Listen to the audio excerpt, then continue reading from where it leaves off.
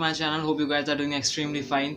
सो दोस्तों, आज मैं बात करूंगा एक ऐसी चीज़ के बारे में जो तुम अपनी क्लास 10th के बाद टोटली इग्नोर मारते हो। So let's get started.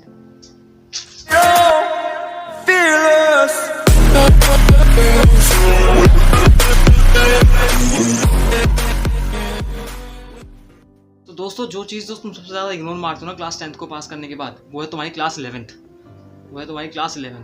जिसके अंदर मैंने बहुत सारे बच्चे ऐसे देख रखे हैं जो क्लास 11th को पूरी तरह से इग्नोर मार देते हैं। ऐसा बोलते हैं कि यार इस क्लास में पढ़ता कौन है, अगले साल वैसे ही हमें बोर्ड देना है 12वीं के अंदर, और अभी तो हम बोर्ड दे के ही आ रहे हैं। दिन रात पढ़ा था, माथा बच्ची करी थी पूरी तरह से क्लास 10th के अंदर, और अब फिर से करें? द आंसर इज नो, तुम तो करते नहीं हो।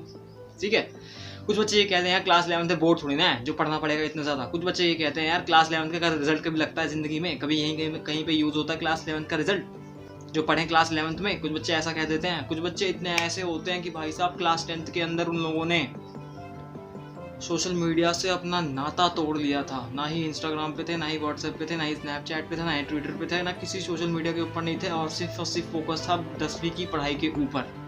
क्लास 11th का जैसी क्लास 10th के जिस दिन रिजल्ट दे दिए, मतलब जैसे क्लास 10th का वो पेपर दे दिया आखिरी वाला, उसके बाद बच्चे इंस्टाग्राम खोल रहे हैं, स्नैपचैट बना रहे हैं, अपने नए अकाउंट बना रहे हैं, वहाँ अकाउंट बना रहे हैं जहाँ पे अकाउंट की ज़रूरत भी नहीं है। समझ रहे हो? तो मतलब उसके दिमाग में क्या पता चलता है इससे ये बच्चा कि उसके माइंडसेट में एक ऐसी चीज़ बैठी हुई है, क्लास 11 जो है वो ईजी है, क्लास 11 में ज़्यादा पढ़ने की ज़रूरत नहीं है, क्लास 11 निकल जाएगी आराम से। तो वो गलत माइंडसेट चल रहे हैं, मैं अभी बता रहा हूँ। ठीक है, मैंने ऐसे बहुत सारे बच्चों को थॉट्स देखे हैं जिसके अंदर वो हमसे 5-4 चीज़ें बोलते ज़रूर दिखेंगे आपको। सबसे पहली चीज़ बोलते हैं नहीं तो इस क्लास के अंदर बोर्ड है तो पढ़ने की ज़रूरत नहीं है। दूसरी चीज़ ये बोलेंगे कि इस क्लास के मार्क्स कभी लगते नहीं हैं तो कोई ज़रूरत नहीं है। तीसरी चीज़ ये बोलेंगे यार अभी तो हम क्लास 10th का रिजल्ट दे के आए हुए हैं, तो इस क्लास 10th का बोर्ड दे के आए हुए हैं, तो इस क्लास में पढ़ेंगे। ठीक है, ऐसे ना जाने कौन कौन से फैक्टर से निकाल देंगे वो लोग कि क्लास 11th में पढ़ना ना पड़े। बट इसका रीज़न बता रहा हूँ, अगर आप पढ़ोगे नहीं क्लास 11th में तो उसका इफेक्ट क्या पड़ेगा। रीज़न सुनो कि अगर तुमने क्लास 11th के अंदर पढ़ा नहीं ना, तो तुम्हारी लाइफ, तुम्हारा फ्यूचर, तुम्हारे आने वाले अपकमिंग मार्क्स कैसे ख़राब होते जाएंगे, कैसे गिरते हुए जाएंगे। अब सुनो, तो क्लास 1 से लेकर क्लास 10 तक सब बच्चों ने एक तरह की पढ़ाई करी होती है। ये नॉर्मल एजुकेशन होती है जो हर एक को पता होनी चाहिए, और ये बेसिक चीज़ें होती है किसी भी एंट्रेंस एग्जाम के, आप एनडीए वगैरह करते हो। क्लास 11th के अंदर जो आता है, जैसे बच्चा आता है तो उसको अपने करियर की स्ट्रीम डिसाइड करनी पड़ती है, either for the science, either for the commerce, then for the arts. मतलब वो एक पाथ डिसाइड कर रहा है, मतलब उसे जाना कहाँ है, क्या चीज़ बननी है, उसका वो रास्ता कौन सा है। और अगर वो क्लास 11th में ही होती है, और अगर क्लास 11th के समय ही बच्चा उस चीज़ को अपने फाउंडेशन वाले मोड में ही उस चीज़ को बहुत ज़्यादा लीनियंटली ले लेगा, तो आप जानते हो आपका फ्यूचर कैसा होने वाला है अपकमिंग में। ये चीज़ मैं कह क्यों रहा हूँ, समझो इस बात को।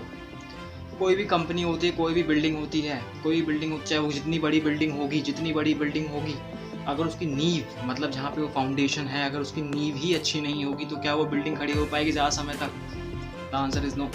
अगर तुम इसी चीज़ को अपने करियर से लगाओगे, करियर से रिलेट करने की कोशिश करोगे, तुम चाहते हो तुम्हारा करियर बहुत ज़्यादा ऊपर तक जाए, और तुम्हारे करियर का बेस क्या था? Class 11th। और तुम्हारे क्लास 11th के अंदर कॉन्सेप्ट्स अच्छे नहीं है तो तुम्हारा करियर का ज़्यादा ऊपर तक जा सकता है? The answer is no. तो इस कारण से जो कॉन्सेप्ट्स क्लास 11th के अंदर पढ़ाए जाते हैं वो सब चीज़ें क्लास 12th आपके एंट्रेंस वगैरह के अंदर भी यूज़ होते हैं। और अगर बच्चा यहाँ पे नहीं पढ़ता तो वो वहाँ पे भी लैक आउट करता है। और इसको एक टिप की तरह मिलेगा। नंबर 2, क्यों तुम्हें अपनी क्लास 11th को एकदम लीनियंटली लेना नहीं चाहिए, वो ये है कि जो चीज़ें आप अपने क्लास 12th में पढ़ते हो, उससे बहुत सारी चीज़ें रिलेट करती हैं क्लास 11th के अंदर। मतलब क्लास 11th बेस बन जाता है आपके 12th के लिए, जो कि एक बोर्ड है। और अगर क्लास 12th में नंबर नहीं आएंगे तो ना ही तो अच्छा कॉलेज मिलेगा, ना ही अच्छा कॉलेज अगर नहीं मिल पाएगा तो अच्छी जॉब नहीं मिल पाएगी, तो आपको अच्छी सैलरी नहीं मिल पाएगी, या फिर कोई भी अगर आपका ऑप्शन हो तो देखो, आप क्लास 10 तक एक चीज़ पढ़ते आते थे, A = B = C, तो A = C हो जाता था कि नहीं हो जाता था। इसी तरह अगर 11th के अंदर अच्छा पढ़ा होगा तो 12th के अंदर ऑब्वियसली मार्क्स अच्छे आएंगे, 12th के अंदर अच्छे मार्क्स आ जाएंगे तो आपके कॉलेज भी अच्छे मिलेंगे, आपकी जॉब भी अच्छी मिल जाएंगी। तो फिर इसके अंदर इंपॉर्टेंस किसकी बढ़ जाती है? क्लास 11th की। क्लास 11th की कॉन्सेप्ट्स की। ऐसे बहुत सारे कॉन्सेप्ट्स हैं, चाहे मैं तो अभी कॉमर्स फील्ड का हूँ तो मुझे कॉमर्स के बारे में पता है, साइंस वगैरह के बारे में ज़्यादा मुझे कुछ नहीं पता, आर्ट्स के बारे में मुझे पता है, तो मैं कॉमर्स की ही बात कर लेता हूँ। देखो कॉमर्स के अंदर अकाउंट्स एंड अकाउंटेंसी होती है, क्लास 12th के अंदर भी अकाउंटेंसी होती है। बहुत सारे बच्चे जो होते हैं क्लास 12th के अंदर वो क्लास 11th वाली अकाउंटेंसी को लीनियंटली ले लेते हैं। क्या क्लास 12th के अंदर जनरल एंट्रीज नहीं आते होंगी, तो उसके अंदर कौन सा कॉन्सेप्ट्स यूज हो रहे होंगे जो क्लास 11th वाले में पढ़ाए गए होंगे, है ना।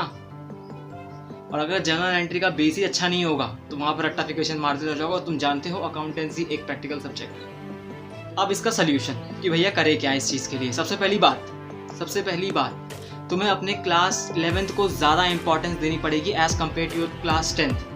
जो तुमने क्लास 10th को जितनी इंपॉर्टेंस दी थी तुम्हें उससे ज़्यादा क्लास 11th को इंपॉर्टेंस देनी होगी। क्योंकि देखो क्लास 11th में जो कॉन्सेप्ट्स पढ़ोगे वो थोड़ी चीज़ रिलेट करेगी इसमें क्लास 12th में रिलेट कर जाएगी।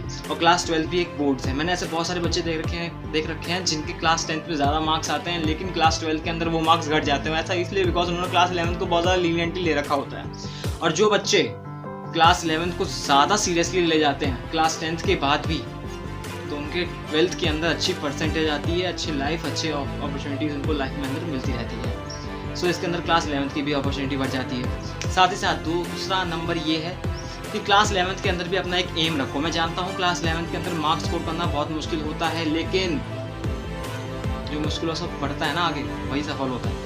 तो क्लास 11th के अंदर भी एक एम रखो, एक कितना रखो कि मुझे इतने परसेंटेज आता है। क्लास 10th के अंदर तुमने अपना एम रख रखा था कि पक्का 90 से ऊपर लेके आने हैं, 95 से ऊपर लेके आने हैं, 80 से ऊपर लाने हैं, 85 से ऊपर लेके आने हैं।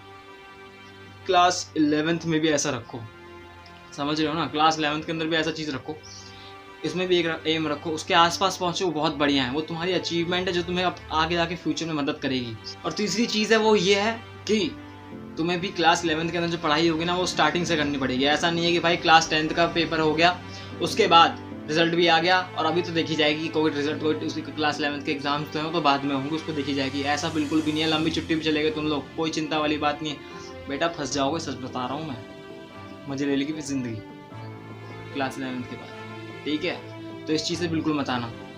आगे एक चीज़ और बताता हूँ, बहुत बच्चों का माइंडसेट ऐसा हो रखा होता है, वो सोचते हैं क्लास 11th जो होती है बहुत ज़्यादा टफ होती है। इस कारण से वो बच्चे उतना एफर्ट ही नहीं डालते जितना उन्होंने पहले आज तक एफर्ट डालते हुए आए थे, ठीक है ना। ऐसा कुछ भी नहीं है, क्लास 11th बिल्कुल टफ नहीं होती। हाँ 2-3 महीने थोड़े टफ होते हैं बच्चे के लिए। साइंस वाले तो बेटे देखो भाई, साइंस वाले सब्जेक्ट्स के लिए क्या होता है वो ऑलरेडी साइंस पढ़ते हुए है, बट फॉर द क्या कहते हैं आर्ट्स वगैरह और कॉमर्स वगैरह बेचारे इनके पास तो ऐसी चीज़ आ जाती है जो इन्होंने आज तक कहीं पढ़ी नहीं थी, दैट इज़ अकाउंटेंसी। अकाउंटेंसी इनके लिए नया सब्जेक्ट बन जाता है। साइंस वगैरह वाले थोड़ी ना बनता है, वो तो बेचारे साइंस पहले से ही पढ़ के आ रहे हैं 10th तक, उसके बाद ही पढ़ते जा रहे हैं। लेकिन इन बेचारों के लिए तो सब कुछ नया होता है, लेकिन तब भी एक कॉप अप करते हैं ना, हाथ थोड़ी मारते हैं, मैं नहीं पढ़ रहा, किताब फाड़ के फेंक देते हैं, ऐसा करते हैं नहीं करते। सो यही चीज़ है, 2-3 महीने का इफेक्ट रहता है। और जिसने 2-3 महीने के अंदर अपना पढ़ाई को बहुत ज़्यादा सिंसियरली डिसिप्लिन मैनर में ले लिया ना, उसका ब्राइट फ्यूचर बन जाता है। सच बता रहा हूँ मैं, क्लास 11th के बाद पक्का बन जाता है।